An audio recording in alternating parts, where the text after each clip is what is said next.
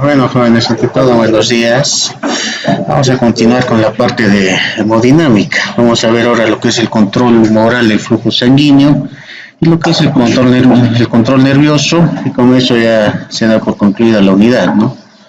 Esto del control local, el moral, es fácil, ya relativamente fácil, no es muy complicado.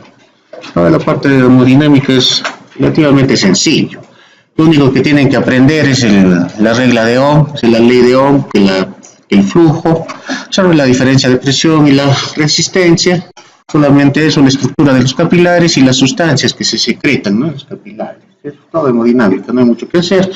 Con los vasos, más que todo, es en vasoconstricción y vasodilatación según las circunstancias, ¿no? Y los principios de la circulación, ¿no?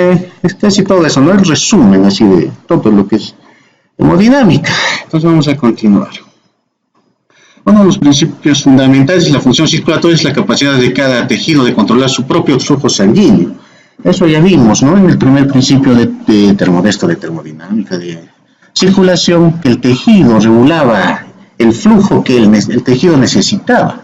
Como si el tejido controlase la sangre, ¿no? Necesito tanto de sangre, no necesito de sangre, como que pensase el tejido, ¿no? Algo así. O sea, el tejido regula la cantidad de sangre que necesita, ¿de acuerdo?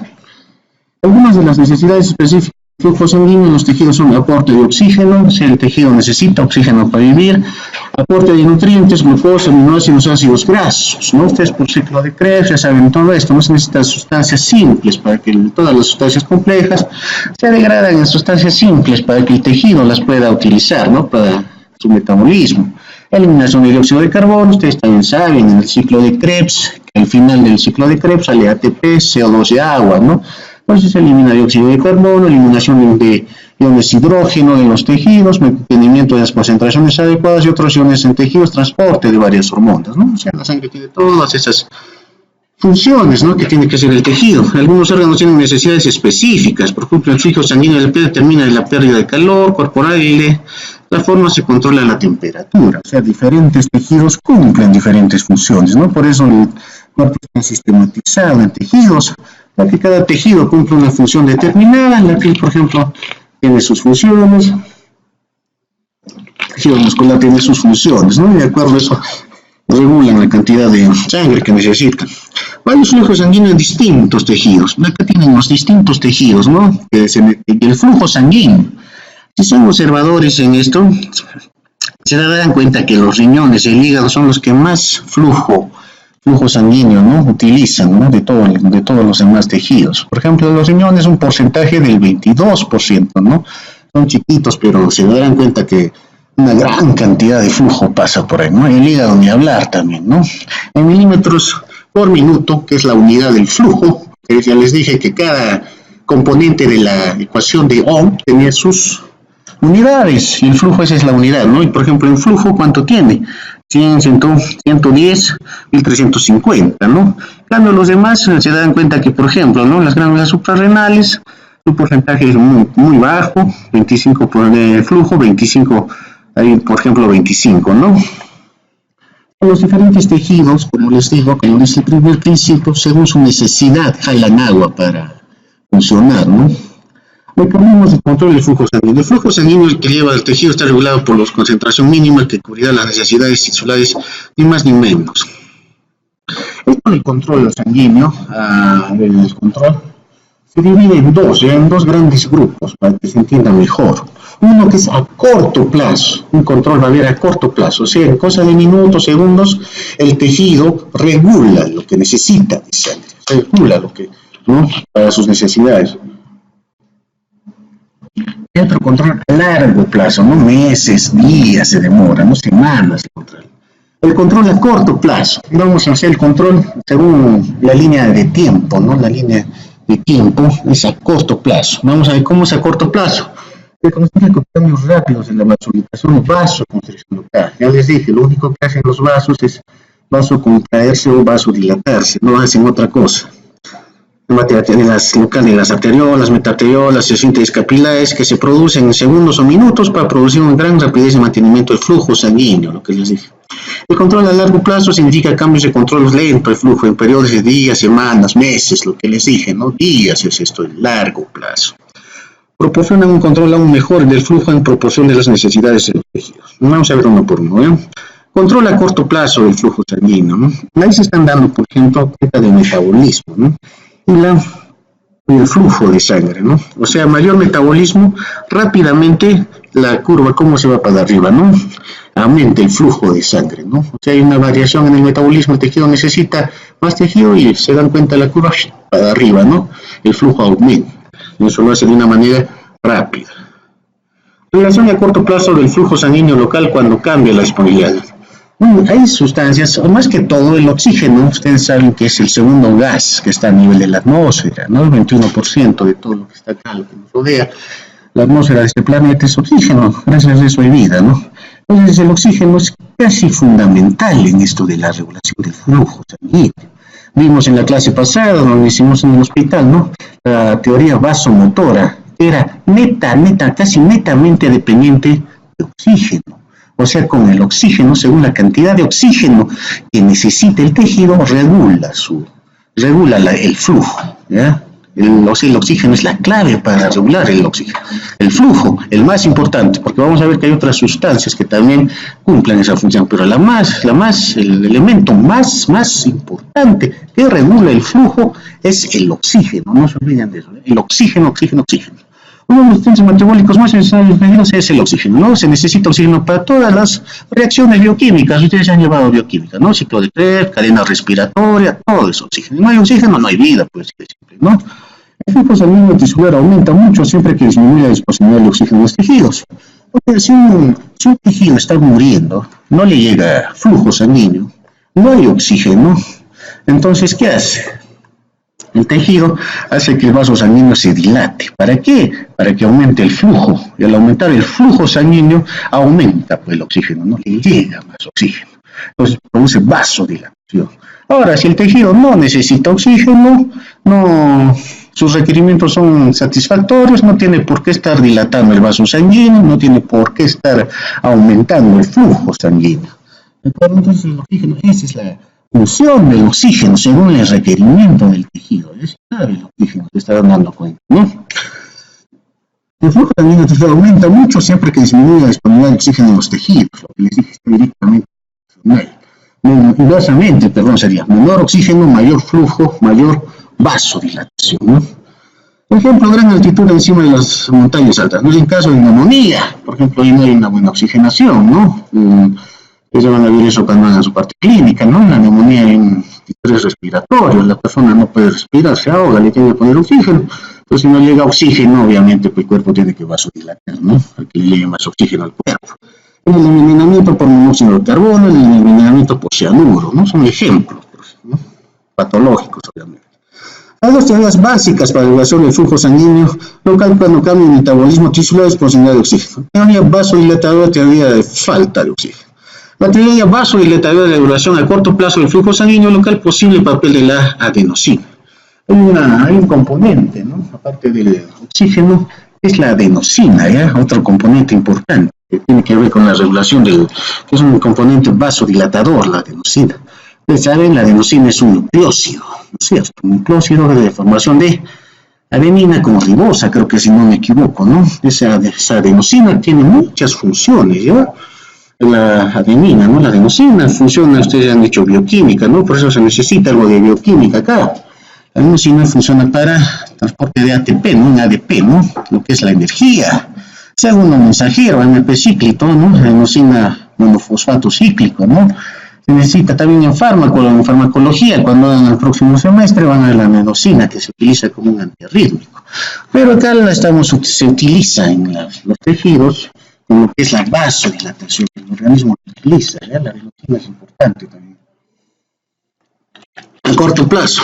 Cuando mayor sea el metabolismo, mayor sea la disponibilidad de oxígeno, de nuevo el oxígeno, o de algunos otros nutrientes en el tejido, mayor será la velocidad de formación de sustancias vasodilatadoras en las sustancias de ese tejido. O sea, no hay mucho tejido, no hay oxígeno, como ya les dije, el tejido necesita más oxígeno, aumenta el flujo y también libera adenosina, ya busca la vasodilatación.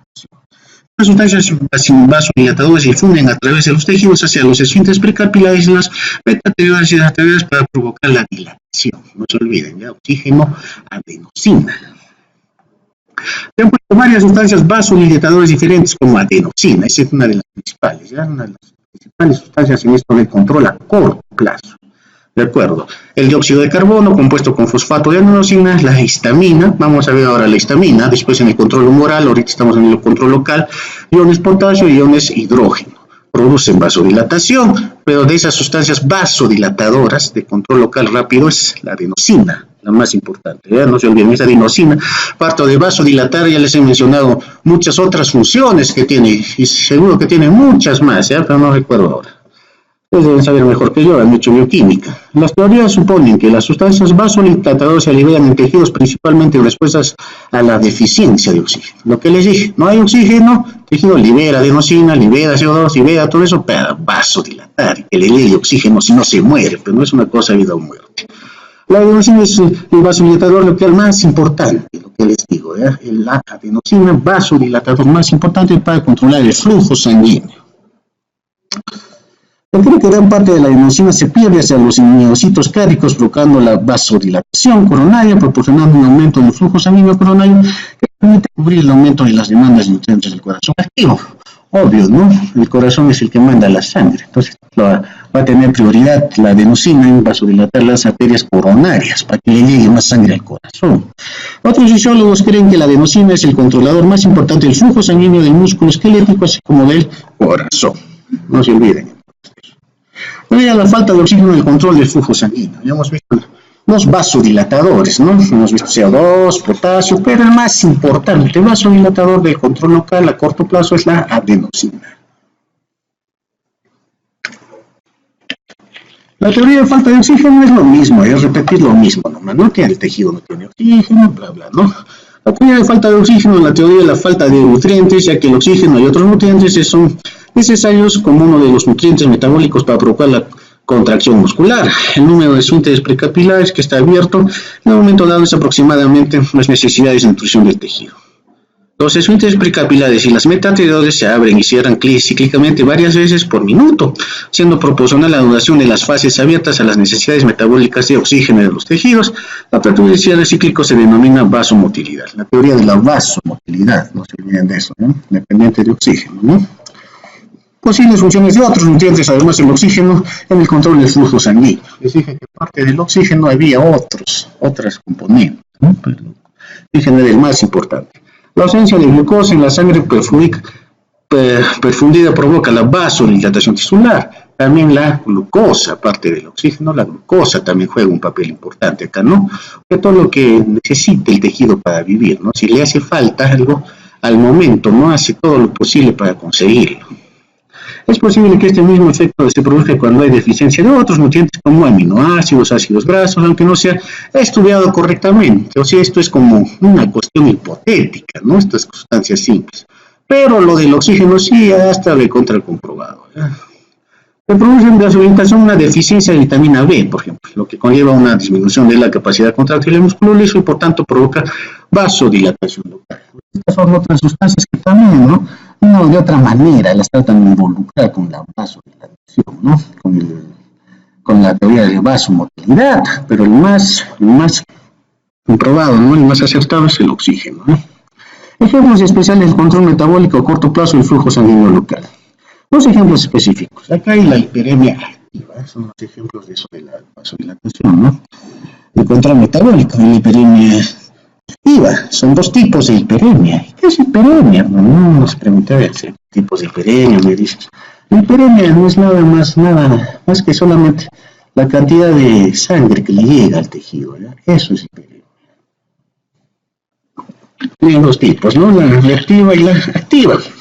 ¿Qué consiste cada hiperemia, no? Sanguínea, la inactiva y la preactiva. Cuando la sangre llega a un tejido, la reactiva, ¿no? Se bloquea durante unos segundos, durante una hora o más, y después se desbloquea el flujo sanguíneo que va. Esto quiere decir, esto de la reactiva, por ejemplo, ¿no? Cuando ustedes sean internos, van a entrar de repente a operar, ¿no? Con el traumatólogo. Bueno, yo tuve la suerte, ¿no? De cuando fui interno, participé en varias operaciones de traumatología.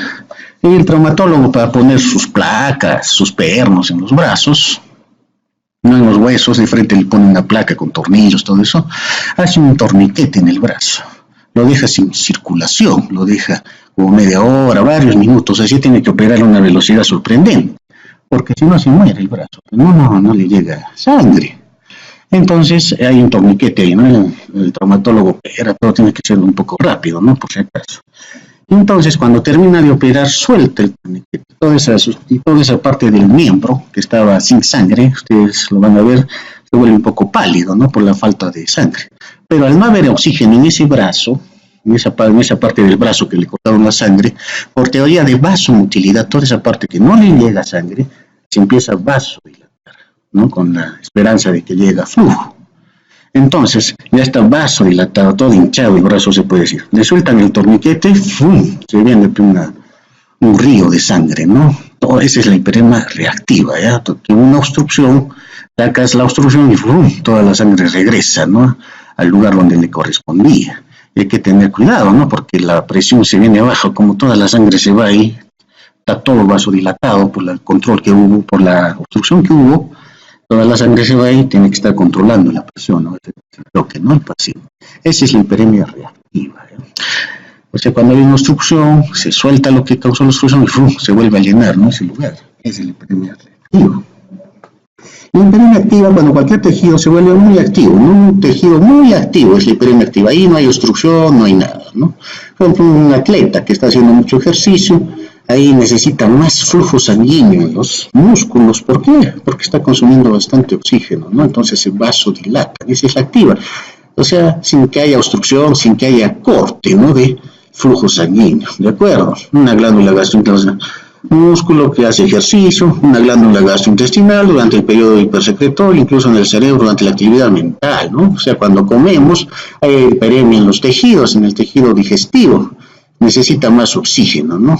Porque está trabajando más. La mente también, ¿no? Cuando uno está estudiando, necesita también más oxígeno, ¿no? Es la hiperemia activa, o sea, no hay corte, ¿no? No hay una obstrucción de sangre que después se le restablece el flujo. Esa es la activa y la reactiva. En cualquier tejido del organismo, el incremento agudo de la presión arterial provoca el aumento inmediato del flujo sanguíneo, pero en menos de un minuto ese flujo volverá a la normalidad en la mayoría de los tejidos, incluso aunque la presión arterial se mantenga elevada. Esta normalización del flujo se denomina una autorregulación del flujo sanguíneo. ¿Ya? Autorregulación del flujo sanguíneo cuando la presión arterial cambia de la normalidad, mecanismos metabólicos y miógenos. Ahora vamos a ver cómo se regula el flujo sanguíneo. El otro era una cuestión así general, ¿no? Ahora vamos a ver cuando está relacionada, cuando está metida la presión acá. ¿Cómo se regula el flujo sanguíneo? Con cambios de presión, ¿no? Cuando la presión arterial cambia de la normalidad, ¿de acuerdo?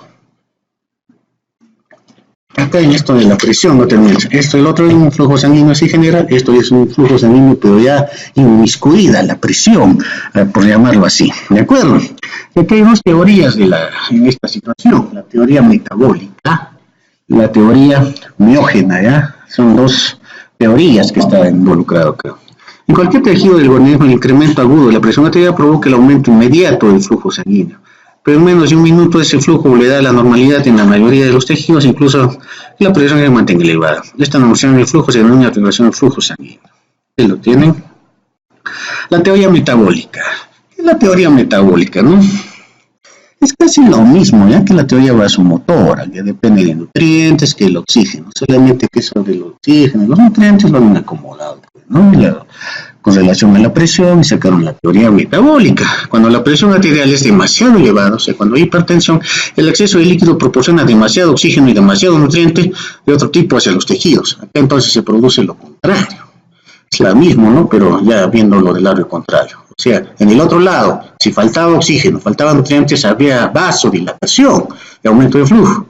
¿Qué pasa? Pues si pasa lo contrario, ¿no? Se aumenta el flujo y hay oxígeno por todo lado, ¿no? Y hay nutriente por todo lado, ¿no? ¿Qué pasa si la otra cara de la moneda, ¿no? En un lugar no hay oxígeno, no hay nutrientes, en el otro lugar hay nutrientes, oxígeno, no queda miedo, encima una presión alta. En este caso, cuando ya hay mucho oxígeno, cuando hay mucho nutriente, el oxígeno también es, ustedes saben que cuando es mucho, es dañino, ¿no? El oxígeno, es muy radical. vitales, creo. Entonces, en ese caso, el tejido también se protege, pues, ¿no? Mucho oxígeno también es dañino. ¿Qué pasa? Mucho nutriente también es dañino.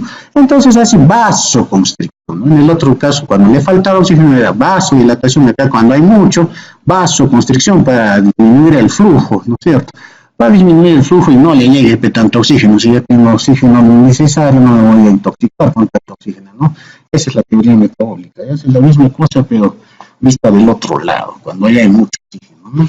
Ahora la teoría miógena, esa es la metabólica, no se olviden, es la teoría miógena. La teoría miógena es una autorregulación muscular, ¿ya? De las fibras musculares. Ustedes deben saber eso, ¿no? Una parte de cardiología, de corazón, han debido ver el principio de starting, ¿no?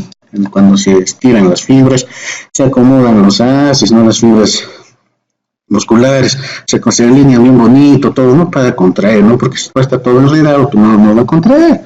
En eso consiste esto de la teoría miógena, ¿ya? O sea, las fibras se alinean, se acomodan bien bonitas, las fibras del vaso cuando hay mucha presión, y producen vasoconstricción, ¿ya? Se basa en la sensación de estiramiento brusco de los vasos sanguíneos pequeños provocando la contracción del músculo liso de la pared vascular durante unos segundos. Por tanto, cuando una presión elevada estira el vaso, se provoca a la vez una constricción vascular reactiva que reduce el flujo sanguíneo casi a la normalidad. Pues eso ya tiene que ver con la pared vascular. Acá no hay oxígeno, no hay nutrientes, que glucosa, no nada de eso, ¿no? Solamente es la misma fibra muscular que como la fibra muscular del vaso sanguíneo, porque ustedes saben que el vaso sanguíneo tiene una capa media que es músculo, hace como un reflejo, un acto reflejo. O sea, se alinea, hay mucho flujo, las fibras se alinean, se acomodan y solitas hacen su vasoconstricción. Esa es la teoría miógena de la regulación, ¿de acuerdo? Con presión baja, el grado de estreñimiento del vaso es menor, por lo que el músculo liso se relaja y permite el aumento del flujo. Eso no pasa cuando hay presión alta, ¿no? Entonces el vaso se estira, entonces tiene que acomodarse de alguna manera, controlar eso, ¿no? Como la ley de Newton, una reacción se produce una reacción, una acción, una reacción, igualito es esta la miógena. Eso es una cuestión de contracción nomás del músculo. No hay mucho que decir. La supuesta miógena es inherente al músculo liso, lo que les dice es depende del músculo liso vascular y puede producirse en ausencia de influencias nerviosas hormonales, lo que les dije como un reflejo, ¿no? No necesita de sustancias nerviosas, no necesita de sustancias hormonales, nada de eso. Es más pronunciado en las arteriolas, pero puede verse en las arterias, en las venas y linfáticas, en todos los vasos linfáticos, arterias, venas, porque todos tienen músculos, bueno, toditos, por eso va a haber esa teoría miógena en todo el sistema circulatorio. Pero el que tiene más músculo es la arteria, pues, ¿no? Entonces en la arteria se va a notar más esto, ¿ya? La contracción miógena se inicia por la despolarización vascular, iniciada por el estiramiento que tiene que aumentar rápidamente la entrada del ion calcio desde el líquido extracelular a la célula provocando la contracción. Ustedes saben que el calcio, ¿no? Primera parte ya han debido ver eso, ¿no? Contracción muscular, todo eso, la actina, miocina, ¿no? Y el calcio es fundamental para la contracción, ¿no? Cuando hay mucho calcio hay mucha contracción.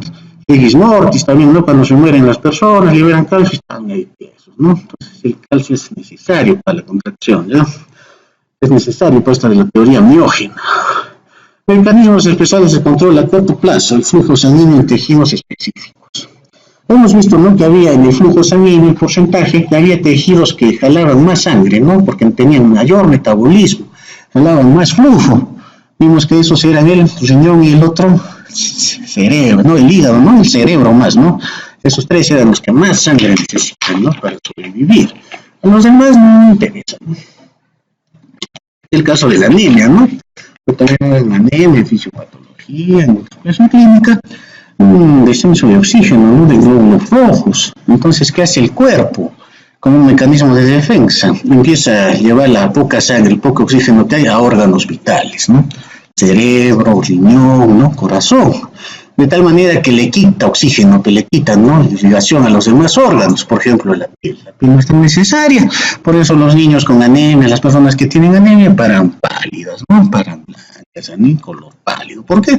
El organismo está priorizando, ¿no? Sangre en lugares más importantes, ¿eh? Eso nomás se resume todo esto, ¿eh? Mecanismos especiales del control a corto plazo del flujo sanguíneo en tejidos específicos. El riñón, por ejemplo. Control del flujo sanguíneo se basa en el mecanismo retroalimentación túbulo-glomerular, en el que una estructura epitelial del tubo distal, la mácula densa, detecta la composición del líquido al inicio de dicho túbulo, ¿no?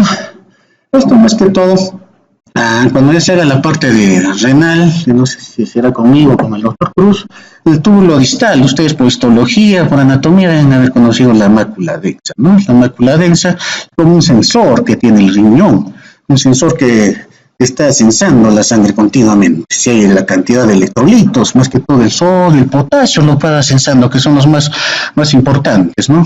Y al hacer ese censo, se puede estar ahí controlando la composición de la sangre solito, ya va a haber un eje ahí que se va a hacer, el eje, de repente ya lo meto, y el eje angiotensina, renina, aldosterona, ¿no? Que secreta todo eso y ya produce vasoconstricción, vasodilatación, todo eso, ¿ya? Entonces no se olviden la mácula densa, ya es importante en el riñón como un centro sensor para ver los cambios de presión. En el cerebro, además del control del flujo sanguíneo dependiente de la concentración de oxígeno tisular, las concentraciones de CO2 y de iones de hidrógeno tienen una gran importancia. El nivel de excitación del propio cerebro depende de la gran medida del control exacto de las concentraciones de CO2 y el ion de hidrógeno. Mecanismos para dilatar las arterias proximales cuando aumenta el flujo sanguíneo microvascular. Factor de relajación derivado de endotelio oxidónico.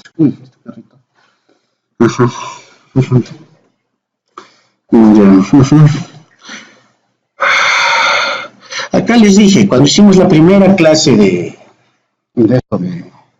hemodinámica, que los capilares y las tenían constituidas la pared por lámina basal y endotelio, ¿no? Tenían poros. Y les dije que guarden siempre en su cabeza, en la hemodinámica, que el endotelio es muy importante, es fundamental el endotelio. Entonces vamos a ver ahora lo que hace pues el endotelio, ¿no? Cuando aumenta el flujo sanguíneo a través de una porción microvascular de la circulación secundaria, se activa otro mecanismo que dilata también las actividades de las venas. Aquí cuando aumenta la presión, hay mucha presión arterial, el endotelio empieza a secretar sustancias también para producir vasodilatación, ¿no? Una de esas sustancias fundamentales, principales, si bien estudiar, que estudiantes se escuchan, ¿no? Óxido nítrico, es el óxido nítrico, ¿ya? Es un vasodilatador muy importante, se usa en medicina, pero en los últimos años ha tenido mucha demanda esto del óxido nítrico, ¿no? Se utiliza más que todo en lo que es la hipertensión pulmonar, ¿eh? Hay una patología que se llama hipertensión pulmonar y también se usa en la disfunción eréctil, ¿no? El Viagra, los famosos sulfadenilo, creo que no es sulfadenilo, bueno, yo no uso eso, ¿no? Por eso no me acuerdo del sulfadenilo, pero el nombre comercial es el Viagra, ¿de acuerdo? Entonces esto se utiliza y por eso te digo grande demanda. ¿Y qué es lo que pasa? Produce pues vasodilatación, ¿no? Produce bastante dilatación, por eso es una gran ayuda en lo que es la disfunción eréctil y también lo que es la hipertensión pulmonar, ¿eh? La relación del flujo a largo plazo, esto es el óxido nítrico, ¿no? Este mecanismo de las endoteliales que recubren las endotelias y pequeñas arterias sintetizan varias sustancias que con aumenta la liberación afecta el grado de relajación y contracción del paréntesis. Más importante es una sustancia vasodilatadora, factor relajante del endotelio, ¿no? Compuesto principalmente por óxido nítrico que tiene una sangre de 6 segundos. El problema de este óxido nítrico también se usa en lo que es fármaco. Hay unos fármacos que llaman nitritos, nitroglicerina, ¿no? Que se usan ya, son antihipertensivos, pero ya de última, ¿cómo les digo? En la escalera de último recurso, ya con crisis de hipertensión, cuando los IECAS, beta blocker, esos fármacos que se usan para la hipertensión no funcionan y el paciente está ahí con unas presiones altísimas, se lo mete a UCI y usan esto ya como último recurso para bajarle la presión. Esto van a ver en farmacología, ¿no? Por eso tienen que aprender bien esto de hemodinámica, ¿ya? Entonces el óxido nítrico viene para todo lo que sirve, ¿de acuerdo? Para el Viagra, para esos fármacos, para la hipertensión pulmonar, todo eso, ¿no? Regulación a largo plazo del flujo sanguíneo. Hemos visto a corto plazo, ¿no? Queda rápido, se usaba el oxígeno, se usaba el óxido nítrico, todo eso, ¿no? La teoría metabólica, la teoría miógena, todo eso. Ahora la regulación a largo plazo. Esta regulación a largo plazo consiste en una regulación mucho más completa, más ordenada. Ya no es una regulación hacia lo loco como el otro, no más pensada, se puede decir, ¿no? Efecto de distribución de niveles de presión arterial sobre el flujo sanguíneo a través del músculo. La línea continua roja muestra el efecto cuando la presión arterial se eleva durante algunos minutos. La línea de puntos verdes muestra el efecto cuando la presión arterial aumenta muy lentamente en un periodo de semanas.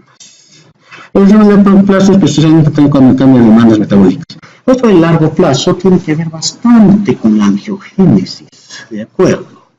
Angiogénesis, o sea, creación de nuevos vasos sanguíneos, ¿ya?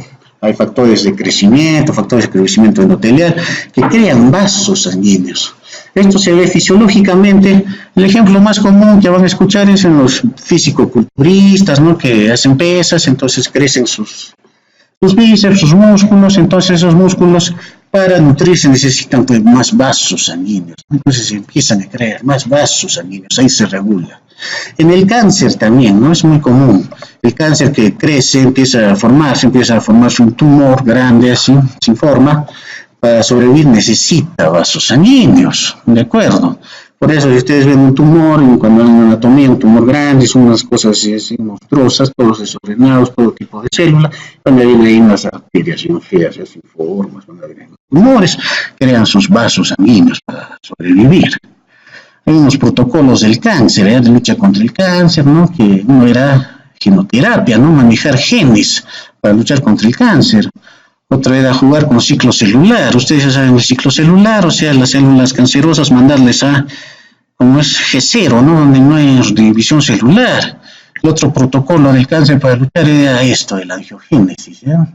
De cortarle la circulación a los tumores para que no se desarrollen, pues, ¿no? Una idea, un protocolo, pero creo que ha quedado en nada, ¿no? Porque no he escuchado más de eso, ¿verdad? De esas estrategias que se tenían para luchar contra el cáncer, siguen con su radioterapia, quimioterapia, su terapia inmunológica, ¿no? Pero todas esas cosas que parecían tan bonitas, ¿no? Para luchar contra el cáncer, no, creo que no se llevaron a cabo, ¿no? Vamos a ver acá. Mecanismo de relación a largo plazo, cambio en la vascularización tisular. El mecanismo de relación del flujo sanguíneo local a largo plazo consiste en cambiar la cantidad de vascularización de los tejidos. Por ejemplo, la vascularización aumenta si el metabolismo del tejido dado aumenta durante el periodo prolongado, si el metabolismo disminuye, la lubricación también lo hace. Se produce una reconstrucción física real de la vascularización física para cubrir las necesidades de los tejidos. Esta reconstrucción es rápida en los jóvenes. El tejido no es un mecanismo mucho más lento, ¿no? Funciona el oxígeno en la regulación a largo plazo. Pero también el oxígeno tiene que jugar bastante, ¿ya? El oxígeno es importante no solo para el control a corto plazo del flujo sanguíneo, sino también para el control a largo plazo. Un ejemplo es el aumento de la vascularización en los tejidos en los animales que viven en latitudes elevadas altas, ¿no? Atmosféricas. Importancia del factor de crecimiento endotelial vascular en la formación de vasos sanguíneos. Para que se formen vasos sanguíneos, se forme cualquier estructura nueva, tiene que haber un factor de crecimiento endotelial, tiene que haber factores de crecimiento. Eso en biología celular, han llevado, ¿no? Biología celular han llevado los factores de crecimiento, todo eso, ¿no? Entonces, para que el cáncer empiece a fabricar sus nuevos vasos sanguíneos para subsistir, ¿no? Para vivir, para salir adelante, tiene que usar factores de crecimiento, y así por así no lo va a hacer. Factores que aumentan el crecimiento de los vasos sanguíneos nuevos, siendo casi todos péptidos pequeños, 3 son los más importantes. El factor de crecimiento de fibroblastos, ese es un factor de crecimiento.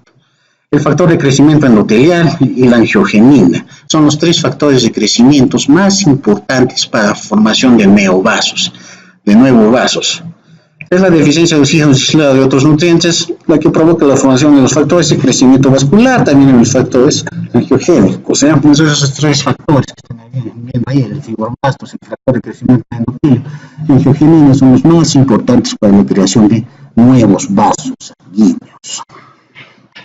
Algunas sustancias, como algunas hormonas y esteroideas, tienden exactamente al efecto contrario, o sea, como que antagonizan esos factores de crecimiento sobre los vasos sanguíneos pequeños, causando incluso las disoluciones de células vasculares y desaparición de los vasos. La vascularización se encuentra determinada por la necesidad del flujo sanguíneo máximo, no por la necesidad media. Una característica especial de gran valor del control vascular a largo plazo es que la vascularización se determina principalmente por el máximo del flujo sanguíneo necesario y no por la necesidad media. El desarrollo de la circulación colateral es un fenómeno de regulación a largo plazo del flujo sanguíneo local. Ya les dije que esto se ve más que todo en las cuestiones patológicas, como el cáncer, fisiológicas, fisicoculturistas, ¿no?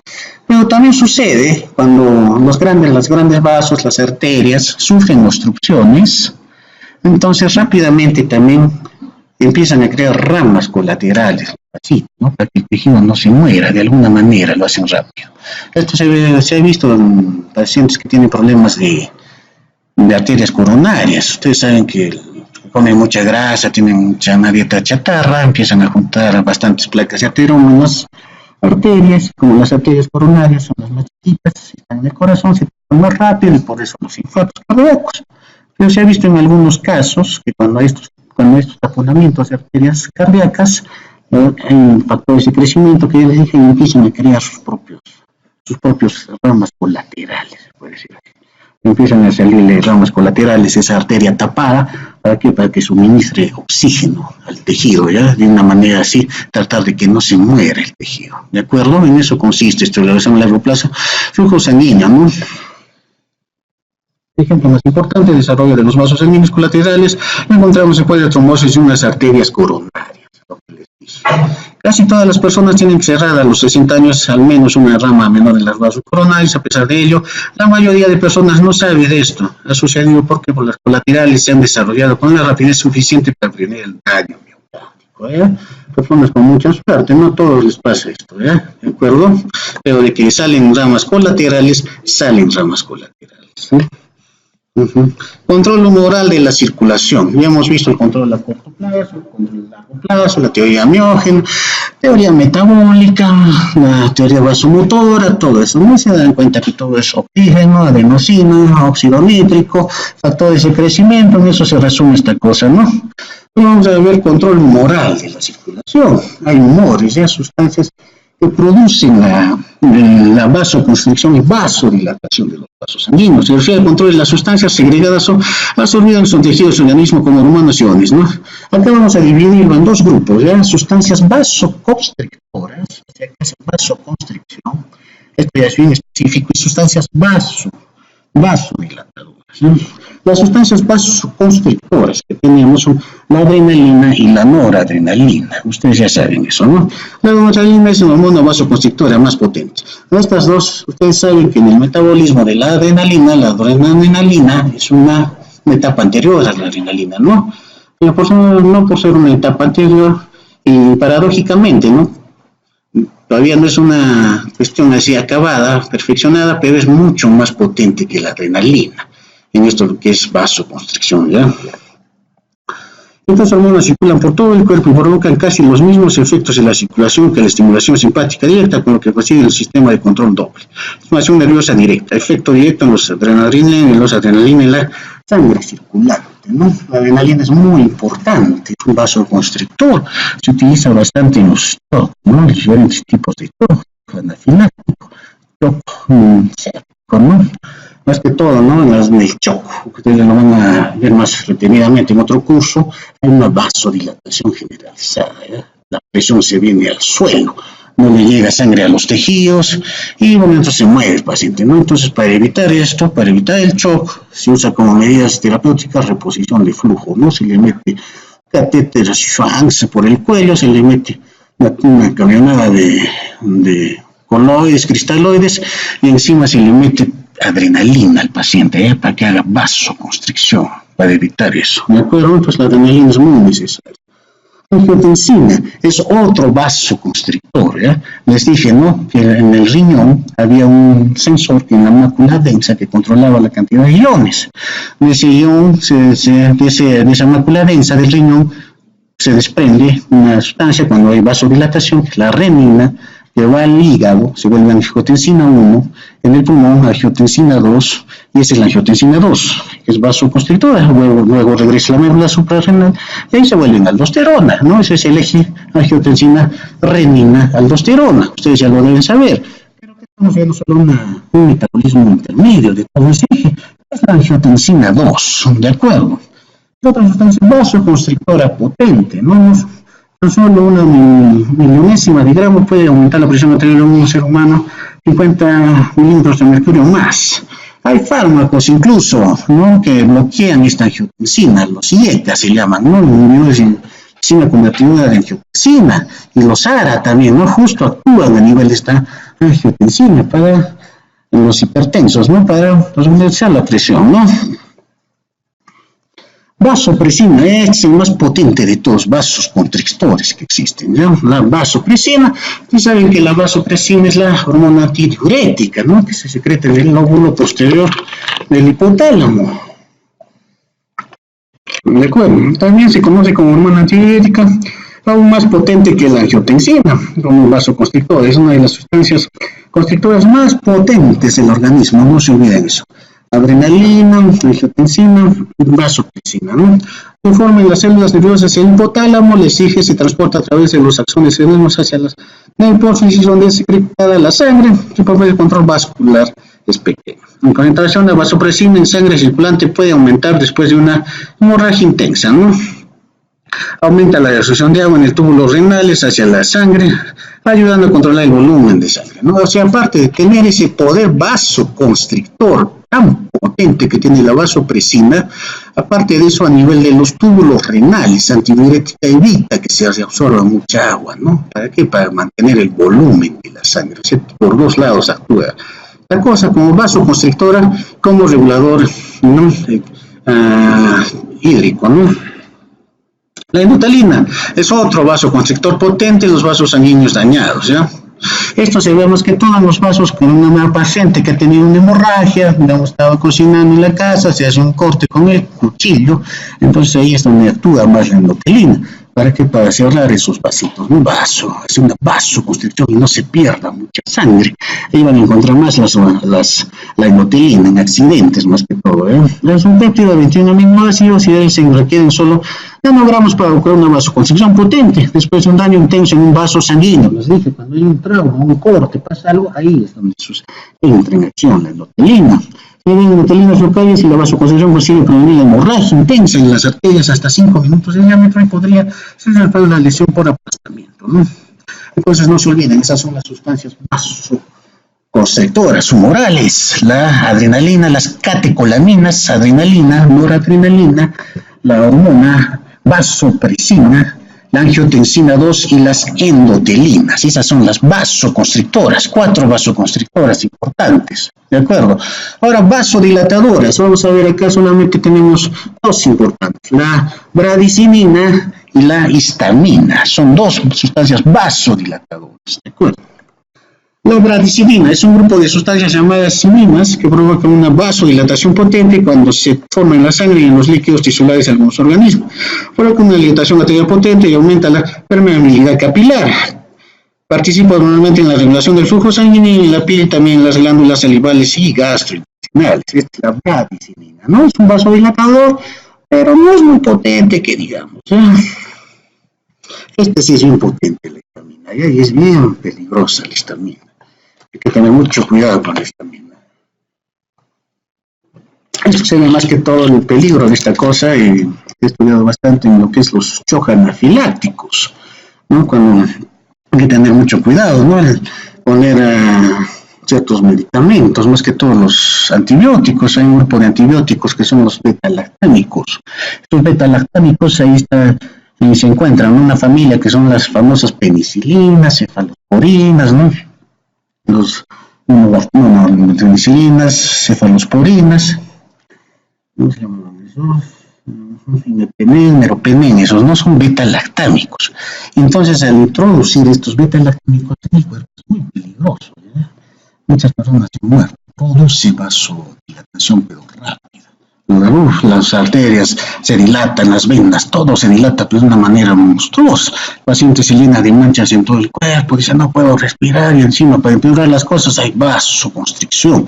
Todo eso hace la histamina, de tal manera que el paciente se ahoga, se le produce un edema de glotis, angioneurótico y se muere ahogado, no es un problema. Por eso siempre que usen cuando hagan su práctica médica, siempre que inyecten penicilina, siempre lleven su ampulita de adrenalina, ¿de acuerdo?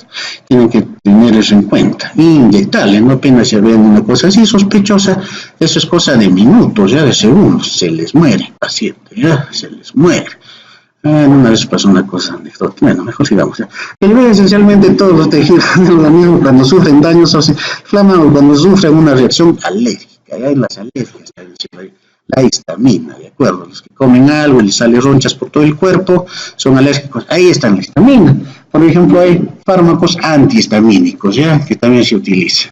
Se puede usar para eso las ronchas, clorfenamina, ustedes ya van a ver, ¿no? Intoxicación alimentaria, cosas que no son muy graves, se pueden usar esos fármacos. Pero cuando la cosa es muy grave, le han metido un medicamento por la vena intramuscular, ahí se tiene que usar adrenalina porque se les muere. Una de las virtudes de la adrenalina, aparte de producir vasoconstricción, es también que produce broncodilatación. Entonces, el paciente que se chocó por la ampolla de penicilina, aparte de que le produce vasoconstricción, le abre los broncos para que no se ahogue, ¿eh? Entonces, es muy necesario que lleven su ampolla de adrenalina. En muchas situaciones patológicas, la dilatación arterial intensa y el aumento de la porosidad capilar produce, por la histamina, provoca la pérdida de cantidades enormes de líquido de circulación, induciendo el edema, ¿no? Lo que les dije.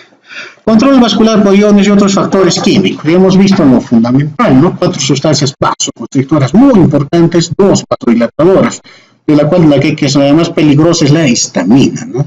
No se olviden de eso, ¿ya? Hay otras sustancias, ¿ya? Iones, factores químicos, el aumento de la concentración de ion y calcio, lo que les dije, el calcio es para la contracción, ¿no? Mayor calcio, mayor contracción. Hay que tener mucho cuidado también al manejar calcio, ¿ya? A veces cuando hagan práctica clínica van a tener que poner el gluconato de calcio en ciertos pacientes con deficiencia de calcio, con mucho cuidado, porque también es peligroso.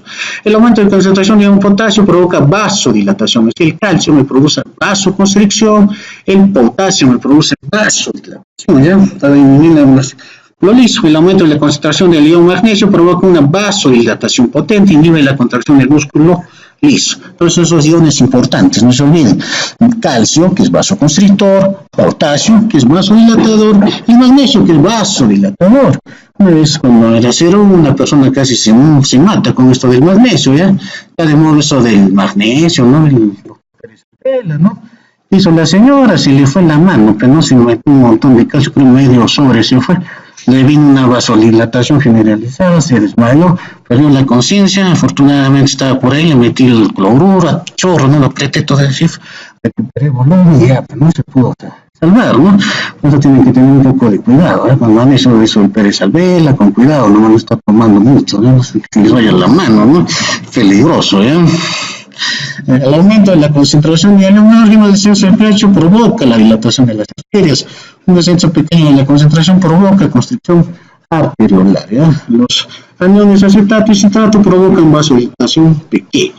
El aumento de concentración de dióxido de carbono provoca vasodilatación moderada en la mayoría de los tejidos, pero una vasodilatación importante en el cerebro. Además tiene un efecto indirecto muy potente el actor del centro vasomotor del cerebro, transmitido a través del sistema nervioso simpático, vasoconstricción, buscando una vasoconstricción generalizada de todo el organismo, ¿ya? Entonces el ion hidrógeno, ¿no? Entonces no se olviden los iones más importantes, magnesio, potasio, calcio y el hidrógeno, ¿ya? Son los iones más importantes que producen vasoconstricción y vasodilatación. Este es el control humoral que estamos viendo. ¿De acuerdo? Ahora vamos a ver ya para acabar la clase, muy poco nomás la otra parte que es el control nervioso, la verdad no hay mucho que hablar ahí. O sea, por unos 10 minutos más no va a ser. Tenemos que acabar toda la unidad porque tienen que dar este examen creo el miércoles, ¿no? Entonces tenemos que acabar todo esto.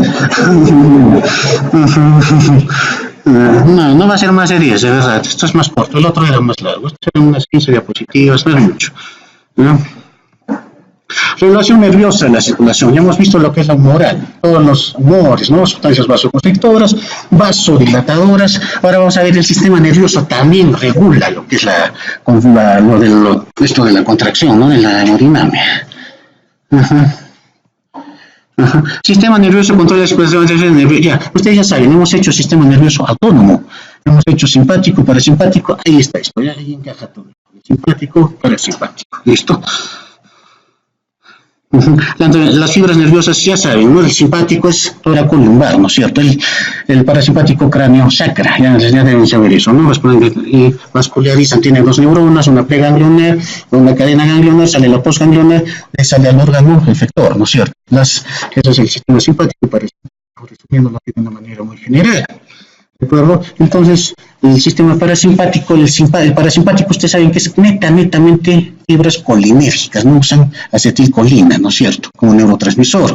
En cambio, el simpático es muy mixto, ¿no? Dijimos, usa acetilcolina y noradrenalina, ¿no? Adrenalinas, catecolaminas como neurotransmisores. Entonces, el simpático, al ser adrenalina va a tener más función vasoconstrictora, ¿de acuerdo? Acción más vasoconstrictora. Y el parasimpático va a ser colinérgico, va a tener mayor acción vasodilatadora, ¿ya? Entonces, ¿cómo así vasoconstrictora, vasodilatadora? Hay un centro vasomotor, no se olviden de eso, un centro vasomotor que se encuentra en el bulbo, entre el bulbo y la protuberancia. Ese centro vasomotor tiene núcleos vasoconstrictores, vasodilatadores y zonas sensitivas, ¿ya? Esas zonas sensitivas traen todo lo que es las señales del cuerpo. Las señales del cuerpo, esas señales sensitivas, y de ahí el núcleo ya determina si uso esos núcleos vasoconstrictores o vasodilatadores para controlar, ¿ya?, la circulación sanguínea. Inervación parasimpática, saben, esto solamente es repetir, ¿no? La zona vasodilatadora, vasoconstrictora y sensitiva. Lo que les dije, hay un núcleo a nivel del bulbo. Ese núcleo nunca se olvida, el núcleo vasomotor del cerebro que controla toda la cuestión nerviosa. ¿Y cómo llega así las señales a la zona sensitiva de ese núcleo, ¿no?, que produce vasoconstricción, vasodilatadores? Hay dos, ¿cómo les digo? Hay dos sistemas, que son los baroreceptores y los quimioreceptores. Los baroreceptores se encuentran a nivel de la carótida y a nivel del callado de la aorta, que es también un sensor, ¿no? Al haber alteraciones en la presión arterial, entonces estos baros, ¿no?, de presión, entonces van y mandan a esas zonas sensitivas del núcleo cómo está la presión. Entonces, según eso, ya determina el núcleo si hace vasodilatación o vasoconstricción, ¿de acuerdo? Y también hay señales, los quimioreceptores, que también tiene que ver con las concentraciones químicas, ya no de la presión, sino de la composición química, cómo está el CO2, cómo está el oxígeno, y según eso también esas señales la mandan a la zona sensitiva de ese núcleo que está en el bulbo, y según eso ya el núcleo determina si se hace vasoconstricción o vasodilatación, ¿de acuerdo? Bueno, eso es más que todo esto, resumiendo, porque todo lo demás es puro simpático, parasimpático, el control nervioso de la circulación, ¿de acuerdo? Lo único novedoso acá son esos baroreceptores y quimioreceptores que se utilizan, ¿de acuerdo? Y el núcleo que se encuentra a nivel del núcleo vasomotor, que se encuentra a nivel del bulbo y la protuberancia, que tiene sus núcleos, sus zonas de vasoconstricción, vasodilatación y sus zonas sensitivas, ¿de acuerdo? Estamos esperando afuera, ¿no? Ya, jóvenes, entonces hasta acá nomás ya se termina todo lo que es la primera unidad, ¿de acuerdo?